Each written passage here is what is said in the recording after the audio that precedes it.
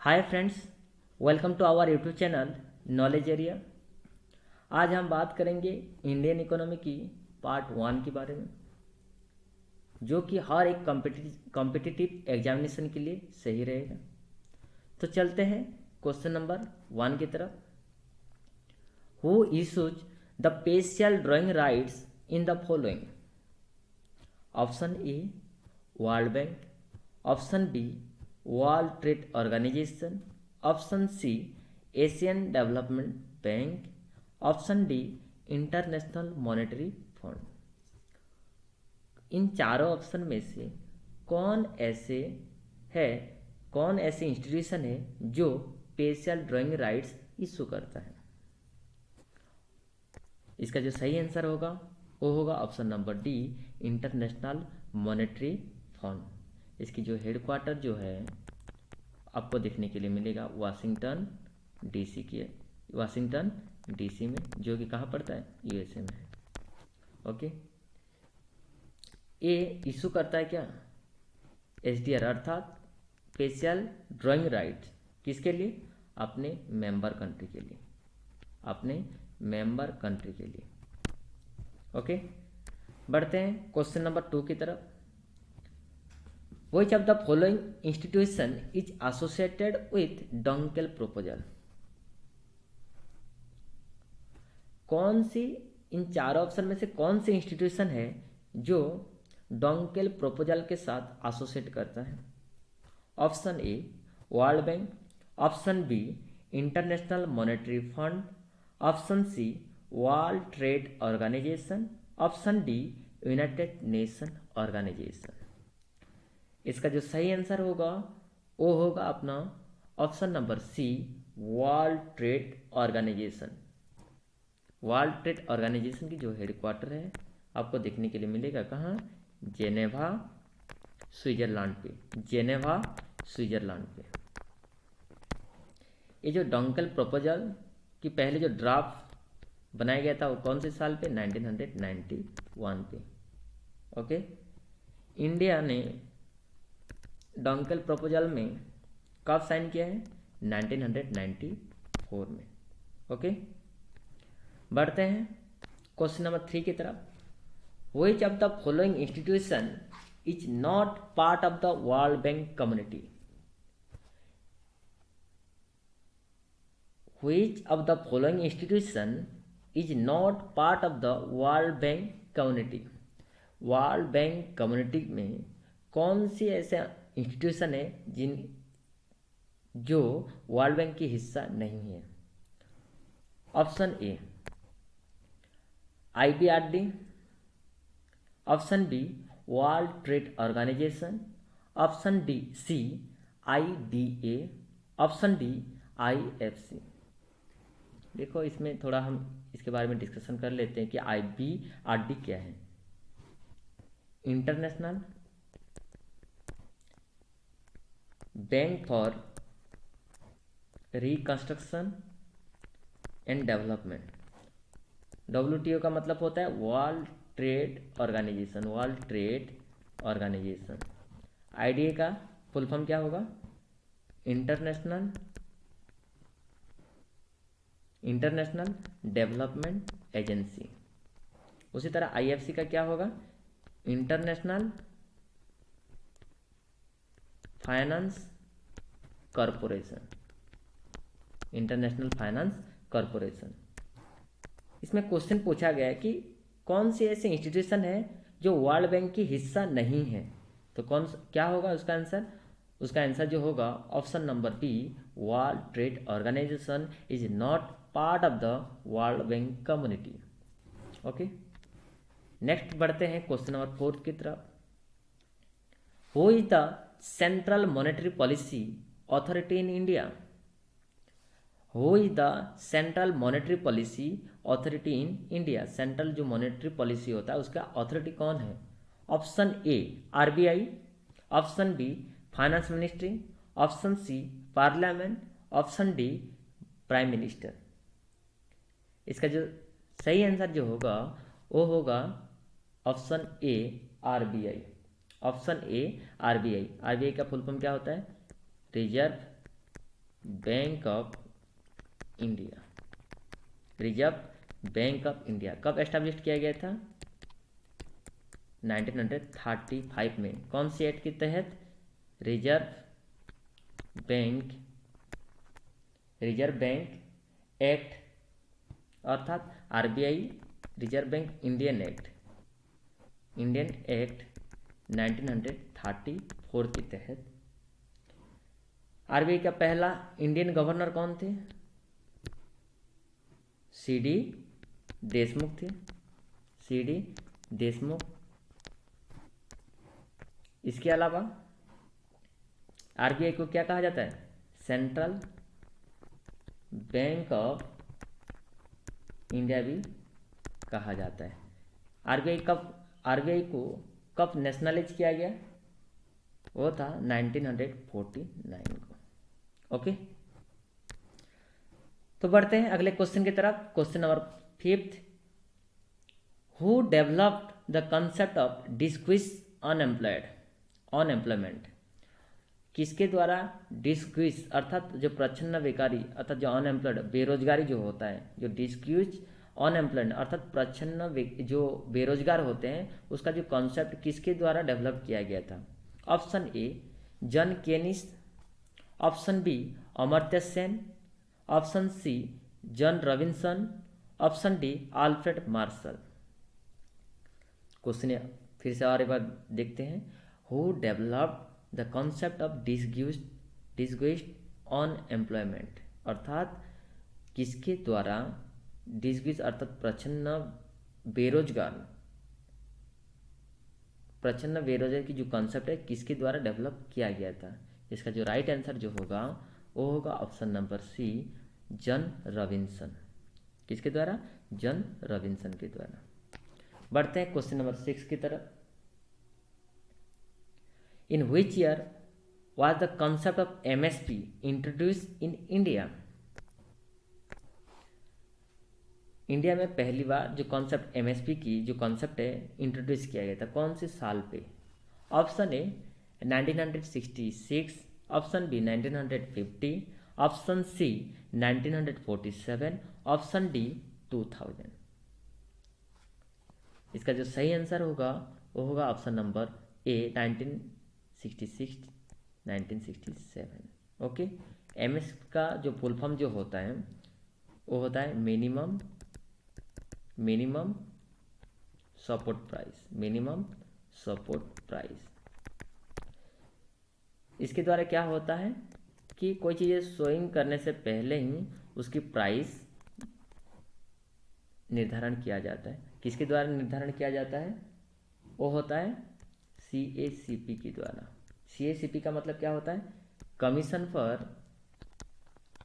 Commission for agricultural cost and price. इसके द्वारा क्या है, किसी भी फूड ग्रेन का या किसी भी क्रॉप का क्या होता है, एक प्राइस निर्धारण किया जाता है। ओके, बढ़ते हैं अगले क्वेश्चन की तरफ। Who is empowered to control the expansion of bank credit? Who is empowered to control the expansion of bank credit? Option A finance minister, option B home minister, option C Reserve Bank of India, option D none of the above.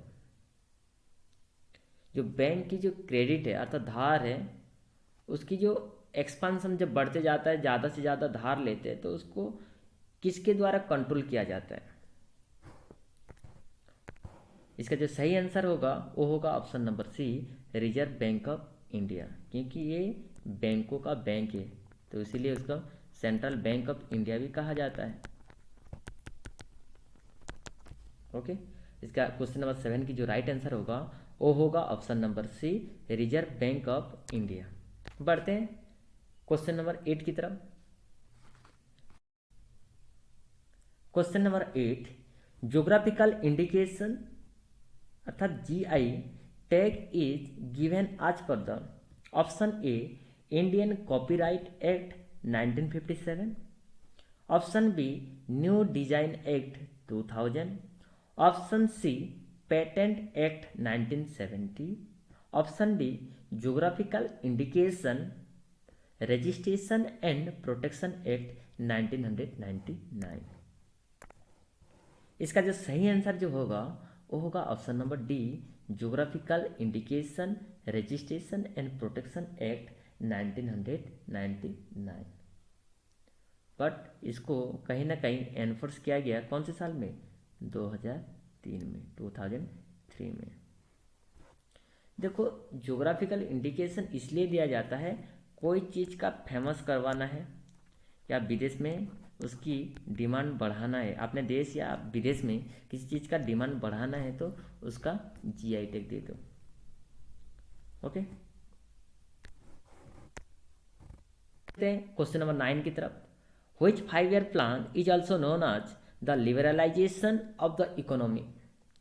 Which 5-year plan is also known as liberalization of the economy?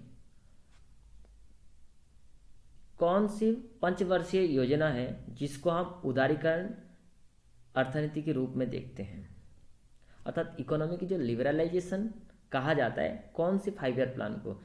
Option A 7th, option B 8th, option C 9th, option D 10th।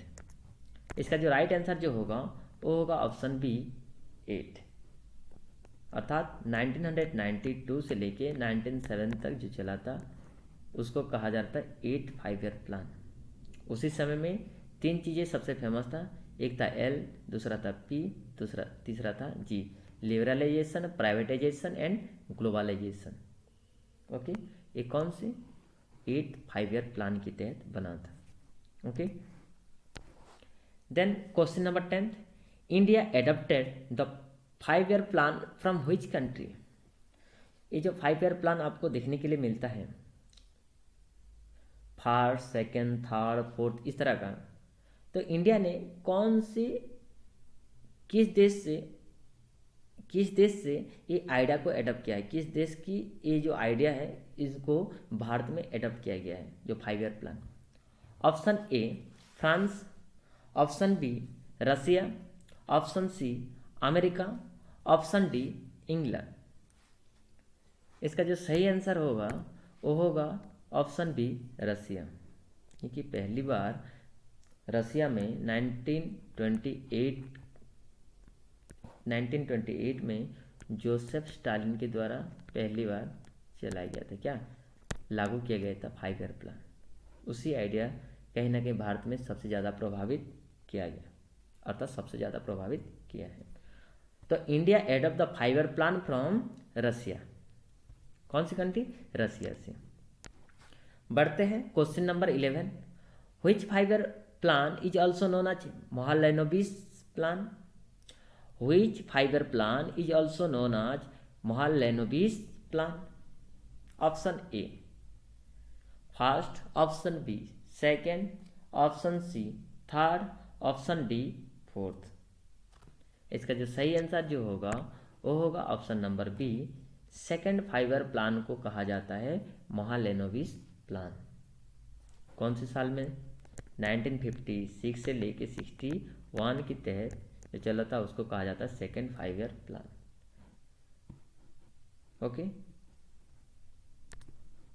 बढ़ते हैं question number 12 की तरफ। What kind of unemployment is found in the agricultural sector of India? किस प्रकार का बेरोजगारी agriculture sector में देखने के लिए मिलता है? भारत की एग्रीकल्चरल सेक्टर में देखने के लिए मिलता है। फर्स्ट सिचुएशनल, बी वॉलंटरी, सी फ्रिक्शनल, डी डिसग्विस। इसका जो सही आंसर जो होगा वो होगा ऑप्शन नंबर डी, डिसग्विस अनएम्प्लॉयमेंट। कहाँ देखने के लिए मिलता है? एग्रीकल्चरल सेक्टर में। उसको इसका जो अलग नाम है उसको हिडन अनएम्प्लॉयमेंट भी कहा जाता है, हिडन अनएम्प्लॉयमेंट भी कहा जाता है। ओके, बढ़ते हैं क्वेश्चन नंबर 13 की तरफ। The great depression awkward during, great depression सबसे बड़ी मंदी जो मंदी जो चला था कौन से समय पे?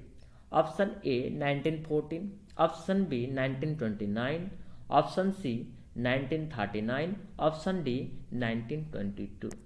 इसका जो सही आंसर जो होगा वो होगा ऑप्शन बी 1929। ग्रेट डिप्रेशन कब हुआ था? 1929 में। बढ़ते हैं क्वेश्चन नंबर 14 की तरफ। Which of the following controls India insurance business? Which of the following control India insurance business? किसने कंट्रोल करता है इंडिया की इंश्योरेंस बिजनेस को? Option A RBI, option B IDBI, option C SEBI, option D IRDA. इसका जो सही answer जो होगा वो होगा ऑप्शन नंबर डी आईआरडीए। क्या होगा? आईआरडीए। इसका फुल फॉर्म क्या होगा? इसका जो फुल फॉर्म जो होगा वो होगा insurance regulatory authority of development, regulatory and development authority of India. इसकी जो हेडक्वार्टर है वो कहाँ है? हैदराबाद पे देखने के लिए मिलता है उसका हेडक्वार्टर। ओके, इसका काम क्या है? आईआरडीए की जो काम क्या है? Supervision and development of insurance sector. इसका जो देखभाल, उसको कैसे कंट्रोल किया जाए, कैसे उसका विकास होगा, उसके बारे में कौन देखता है? आईआरडीए। ओके, बढ़ते हैं अगले क्वेश्चन की तरफ। State Bank of India before nationalisation was known आज। जातीयकरण होने से पहले स्टेट बैंक ऑफ इंडिया का नाम क्या था?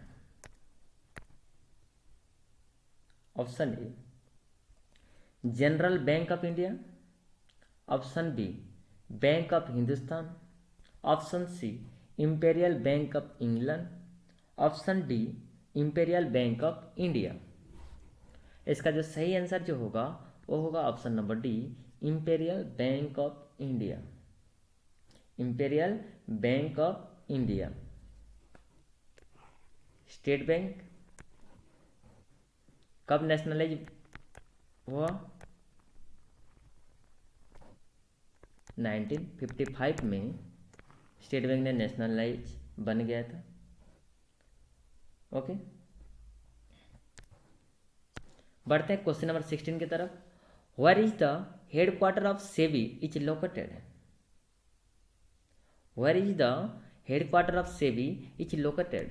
Option A Delhi, option B Kolkata, option C Mumbai, option D Pune. इसका जो राइट आंसर जो होगा वो होगा ऑप्शन नंबर सी मुंबई पे। अर्थात सेबी की जो हेडक्वार्टर है, मुख्यालय जो है वो कहाँ है? मुंबई पे है। सेबी का फुल फॉर्म क्या होता है? Security and exchange board of India. पहले उसको नॉन स्टैट्यूटरी बॉडी के तहत लिया गया था। कौन से साल पे? 1988 में। लेकिन बाद में 1992 में उसको एक स्टैट्यूटरी बॉडी बनाया गया। कौन से साल में? 1992 में। ओके, बढ़ते हैं अगले क्वेश्चन की तरफ। In which year bank were nationalise for the first time in India? In which year bank were nationalise for the first time in India? पहली बार भारत में कब बैंक को नेशनलाइज किया गया? Option A 1963, option B 1969, option C 1970, option D 1980। इसका जो सही answer जो होगा वो होगा ऑप्शन नंबर बी 1969। इसके तहत लगभग 14 बैंक को नेशनलाइज किया गया पहली फेज में।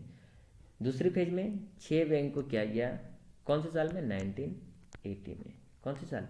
1980 में। ओके, बढ़ते हैं क्वेश्चन नंबर 18 की तरफ। Which finance minister has introduced the service tax concept of India? कौन फाइनेंस मिनिस्टर थे, कौन ऐसे फाइनेंस मिनिस्टर हैं जो इंट्रोड्यूस किए थे सर्विस टैक्स को?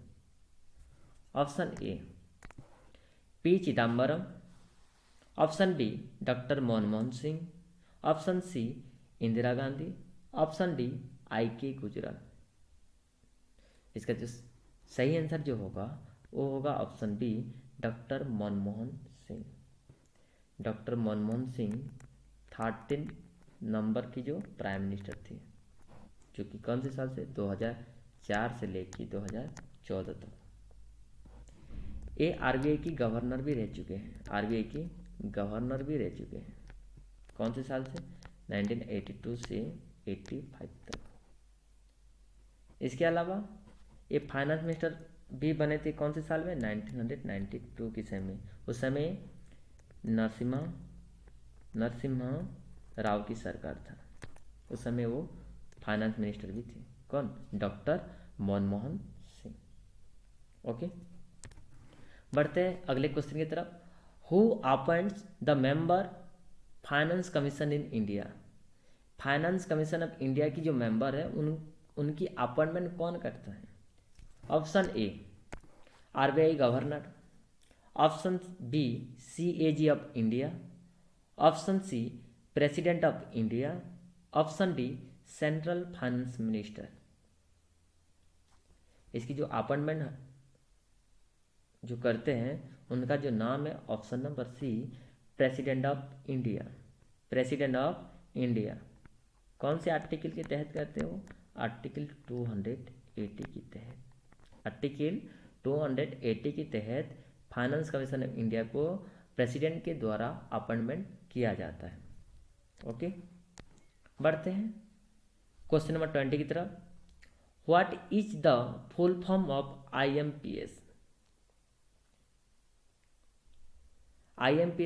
आईएमपीएस की जो फुल फॉर्म है वो क्या है? Option A immediate payment service, option B immediate public service, option C immediate public staff, option D immediate public structure. इसका जो सही आंसर जो होगा वो होगा option number A immediate payment service. आज की डेट में जितने भी हम फंड को ट्रांसफ़र कर रहे हैं वो किसके जरिए से हो रहा है? आईएमपीएस के जरिए, इमीडिएट पेमेंट सर्विस की जरिए। ओके, तो आज की 20 क्वेश्चन हम यहाँ कंप्लीट कर चुके हैं। पसंद आए तो प्लीज़ लाइक एंड शेयर ज़रूर करें। Thank you.